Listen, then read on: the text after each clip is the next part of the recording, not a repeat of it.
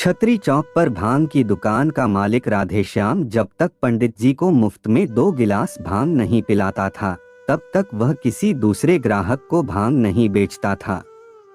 उसका भी यह रोज का नियम था और एक विश्वास था कि जिस दिन पंडित जी उसकी भांग का भोग लगा लेते हैं, उस दिन उसकी अच्छी खासी कमाई हो जाती है। कभी पंडित जी दूसरे गांव चले जाते या बीमार पड़ जाते तो राधेश्याम पंडित जी के नाम की भांग दुकान के सामने मंदिर के बाहर बैठे भिखारियों में बांट देता था। कस्बे में पंडित जी की इज्जत थी। उनका अच्छा खासा नाम था। लोग जन्म से लेकर मृत्यु तक के सभी पूजा पाठ उनसे ही कराना पसंद करते थे। वे जब भी किसी काम से घर से निकलते तो राह में आते जाते सब लोग उन्हें प्रणाम करते थे। वे अपनी बढ़ी हुई तोंद पर एक हाथ फेरते हुए दूसरे हाथ को आशीर्वाद की मुद्रा में लाकर मंद मंद मुस्कुराते आगे बढ़ जाते थे। आज पंडित जी को घर से निकलने में देर हो गई थी, इसलिए उन्हें बड़ी जोर से भांग की तलब सता रही थी।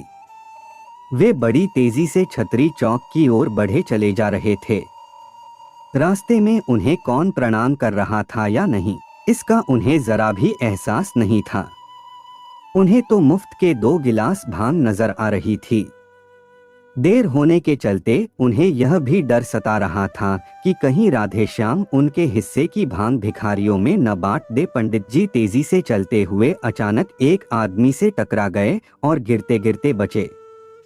वे जैसे तैसे अपने भारी भरकम शरीर का बैलेंस बनाकर खड़े हुए तो देखा कि सामने दोनों हाथ जोड़े कस्बे का दलित भिखू खड़ा थर-थर कांप रहा था।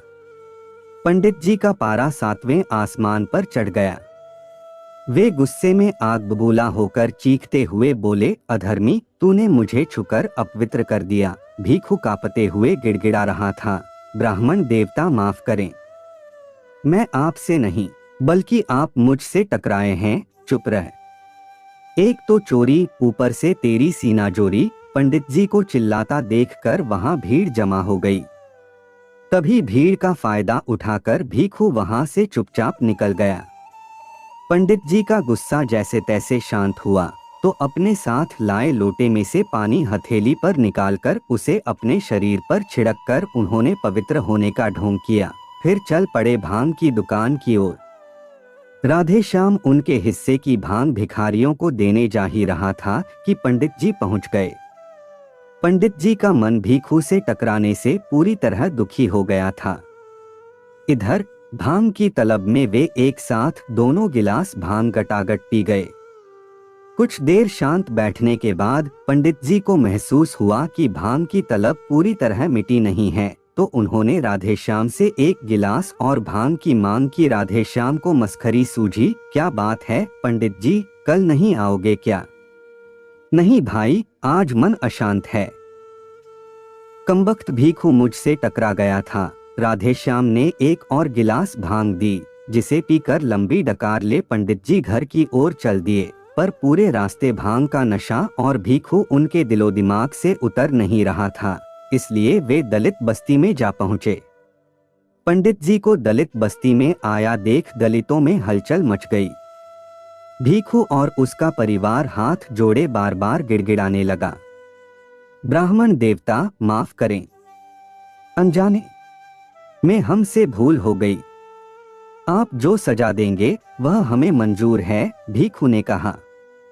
पंडित जी ने भिखू और उसके परिवार से कहा, घबराओ मत और डरो भी मत, मैं तुम्हें कोई सजा देने नहीं आया हूं।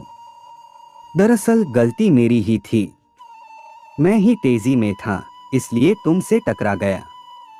खैर, उस बात को खत्म करो और मेरी आगे की बात। फिर उन्होंने भिखू के पास खड़े बस्ती के दूसरे लोगों से भी कहा, तुम लोग भी ध्यान से मेरी बात सुनो। आज से 10 दिन बाद पूर्णिमा है। मैं तुम्हारी बस्ती में आऊंगा और पूजा पाठ के साथ तुम्हारे कल्याण के लिए भागवत भी पढ़ूंगा। तुम सभी लोग नहा धोकर तैयार रहना। रही पूजा पाठ की सामग्री की बात, तो वह मैं ले आऊंगा। बाद में तुम लोग कीमत चुका देना। पंडित जी दलित बस्ती में पूजा पाठ की क्या कहकर गए, पूरे कस्बे में चर्चा हो गई। पंडित जी को चुनाव लड़ना है, तभी वे बराबरी की बातें कर रहे हैं। ब्राह्मणों का एक तबका पंडित जी के खिलाफ खुलकर खड़ा हो गया। दशहरा मैदान में एक सभा का आयोजन करके उनका समाज से हुक्का पानी बंद करने का फैसला रख दिया गया। तय किए गए दिन को कस्बे के सभी ब्राह्मण दशहरा मैदान में पहुंच गए। सभा शुरू होने से पहले एक आदमी ने सलाह दी, पंडित जी का हुक्का पानी बंद करने से पहले उनके विचार जान लें तो अच्छा होगा। लोगों ने उसकी सलाह मान ली। थोड़ी देर बाद पंडित जी मंच पर आए तो लोगों ने नाराजगी की झड़ी लगा दी। पंडित जी शांत मन से सबकी बातें सुनकर बोले, भाइयों, आपका आरोप सही नहीं है, पर जरा सोचो, हमारा समाज सदियों से मेहनत मजदूरी से दूर रहा है। हमारे पुरखों ने भी कभी मेहनत मजदूरी नहीं की और न हम ही कर रहे हैं। हमारे पुरखों ने धार्मिक ग्रंथ लिखे। उन धार्मिक ग्रंथों में हमने अपनी बिरादरी को मेहनत मजदूरी से दूर रखते हुए खुद को सबसे बेहतर बताया और लोगों को धर्म के नाम पर, भगवान के नाम पर, स्वर्ग नर्क के नाम पर डराया धमकाया, दान पुण्य के लिए उकसाया। हमारे पुरखों की सोच की वजह से हम आज भी समाज में इज्जत पा रहे हैं। पेड़ वे लगा गए, फल हम और हमारी पीढ़ियां बरसों से खा रही हैं। पर आज समय बदल रहा है। हमारा धंधा मंदा होता जा रहा है। उसकी वजह यह है कि आज देश में कई प्रवचन बाबा पैदा हो गए हैं जो गांव व शहरों कस्बों में प्रवचन देते रहते हैं। वे लोगों के दिलों में ही नहीं बल्कि घरों में टेलीविजन के जरिए घुसपैठ कर चुके हैं। लोग भारी तादाद में उनकी ओर खिंचे चले जा रहे हैं। ऐसे में हमारे यजमानों की तादाद दिनों दिन घटती जा रही है। अगर ऐसा ही चलता रहा तो एक दिन ऐसा आएगा कि हमें मेहनत मजदूरी करनी पड़ेगी और हमारे बच्चों को भयंकर गरीबी में जीना पड़ेगा। ऐसे हालात में हमें दलितों को भी गले लगाना चाहिए ताकि हमारी आने वाली पीढ़ी ऐशो आराम के साथ मौजमजे से अपनी गुजर बसर कर सके। लोगों ने जोश में आकर तालियां बजाते हुए पंडित जी का समर्थन किया और बोले, पंडित जी, आप तो धन्य हैं।